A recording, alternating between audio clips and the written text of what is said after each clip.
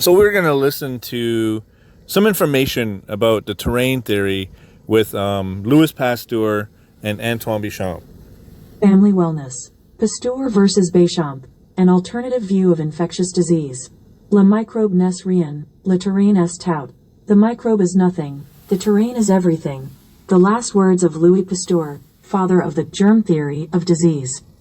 Pasteurization, named after scientist Louis Pasteur who developed it, involves heating raw milk to very high temperatures in order to kill the germs and bacteria inside the milk and prevent infections. The idea is that germs are bad, and that they are the cause of disease and ill health. Following that assumption, it makes sense that killing germs would be the solution to both treating and preventing states of disease. This is the basic concept, that germs, virus, bacteria, etc., are the cause of illness, upon which Western medicine is based. But there is a fascinating history behind both the germ theory of disease as well as its controversial proponent, Louis Pasteur. I invite you to do your own research by Googling Pasteur versus Béchamp to see the many sources of information on this controversy. Meanwhile, I will try to summarize our thoughts on this issue and how it relates to patients who come to us with illness related to chronic infections. In 19th century France, while Pasteur was advocating the notion of germs as the cause of disease, another French scientist named Antoine Béchamp advocated a conflicting theory known as the cellular theory of disease. Or, in other words, terrain theory. Béchamp's cellular theory is almost completely opposite to that of Pasteur's. Béchamp noted that these germs that Pasteur was so terrified of were opportunistic in nature. They were everywhere and even existed inside of us in a symbiotic relationship. Béchamp noticed in his research that it was only when the tissue of the host became damaged or compromised that these germs began to manifest as a prevailing symptom, not cause, of disease. Now, what in translation, that means that in his research, when the tissue of the host becomes damaged, so when you're eating a really bad diet, or you are taking in toxic material like alcohol or cigarettes, or other toxic types of material, then you are welcoming in damage to your cells or damage to your ecosystem, or you're creating a toxic you're not creating, like, it's not alkaline enough, it's more acidic. The environment inside your body is acidic, so that creates a lot of disease. That's why it's called terrain theory. Your body is considered your terrain. To prevent illness, Béchamp advocated not the killing of germs but the cultivation of health through diet, hygiene, and healthy lifestyle practices such as fresh air and exercise.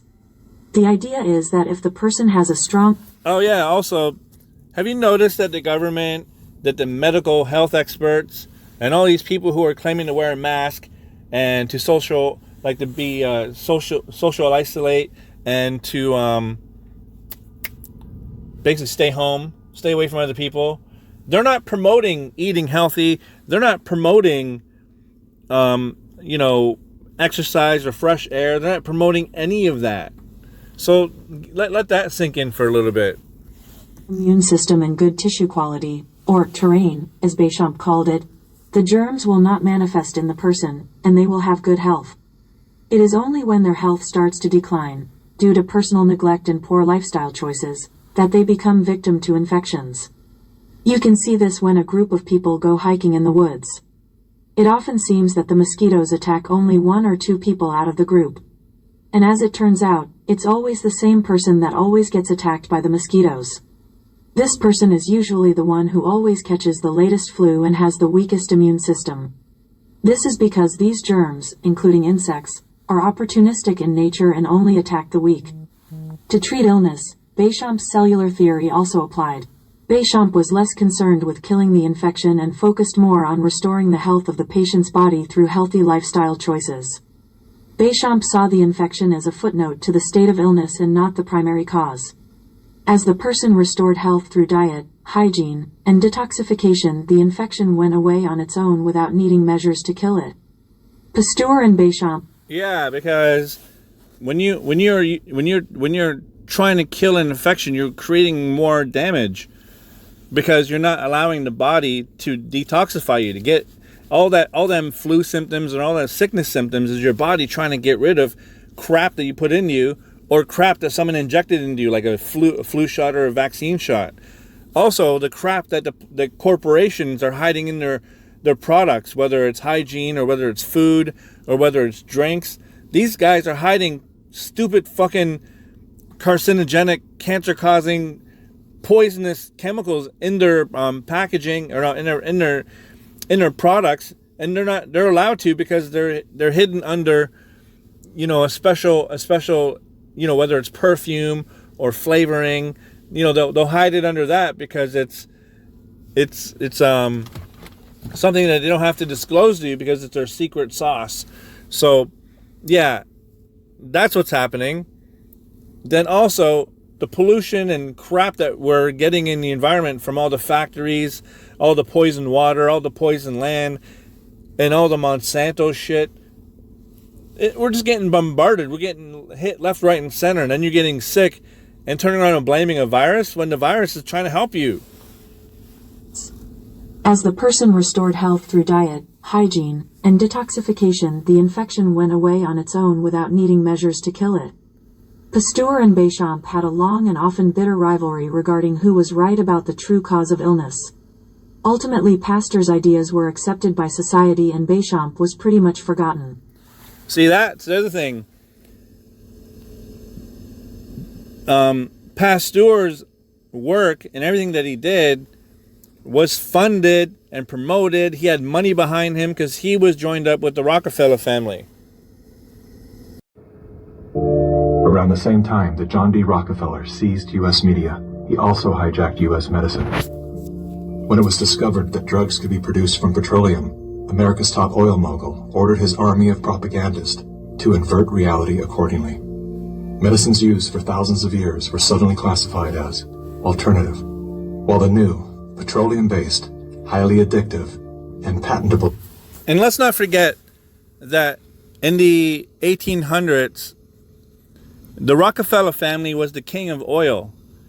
I'm pretty sure they're still the king of oil, even though they look at the Saudi Arabia people, the Saudis, as the king of oil. The Rockefeller family and the Rothschild family, they all got their hand in there, and they got their hand in the way of control. So they're the ones benefiting, because in the Rockefeller, his philosophy is not to own anything, but to control it. So he's definitely behind the petroleum, and he's definitely behind oil. And that's why the Western medicine today is made with petroleum-based medicine. But as well, all the hygiene products that people are using to smell good, to shampoo, for body wash, or etc., a lot of these companies will use the petroleum-based, again, the oil-based perfumes in combination with their product, because it's cost effective. It's cheaper than all these natural oils and these natural smells and these natural perfumes that they could be using. There again, more poison and more cancer-causing ingredients going into all these products. And who's benefiting from all this poisoning and killing is the Rockefeller family. Anyway. Medicines used for thousands of years were suddenly classified as alternative, while the new, petroleum-based, highly addictive, and patentable drugs were declared the gold standard. After buying a German pharmaceutical company that manufactured chemicals of war for Adolf Hitler, Rockefeller leveraged his political influence by pressing Congress to declare natural healing modalities unscientific quackery. Rockefeller then took control of the American Medical Association and began offering massive grants to top medical schools under the mandate that only his approved curriculum be taught.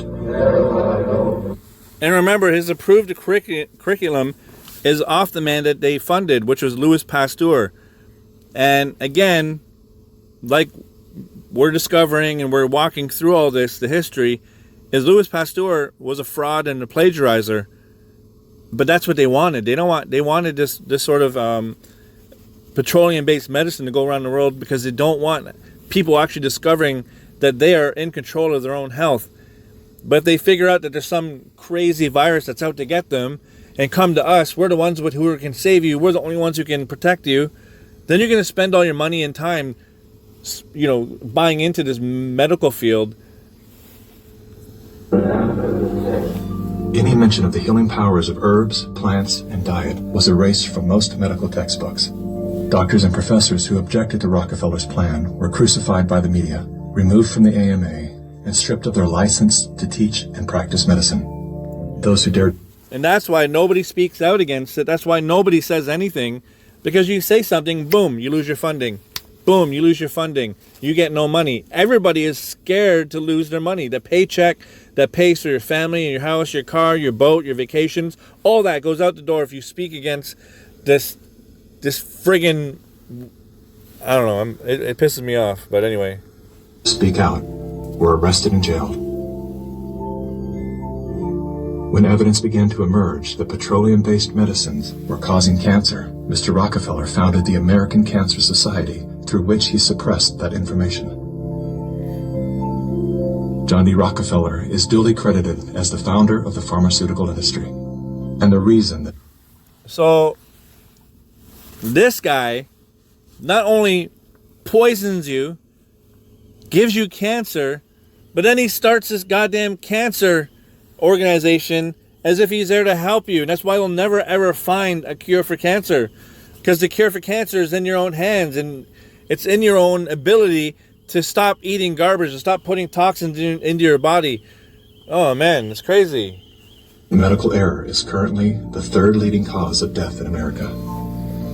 This is not an indictment against doctors. More than anyone, they are under the stranglehold of the single largest lobbying power in Washington. Every year, the pharmaceutical industry spends at least twice the amount as big oil to influence laws, policies, and public perception.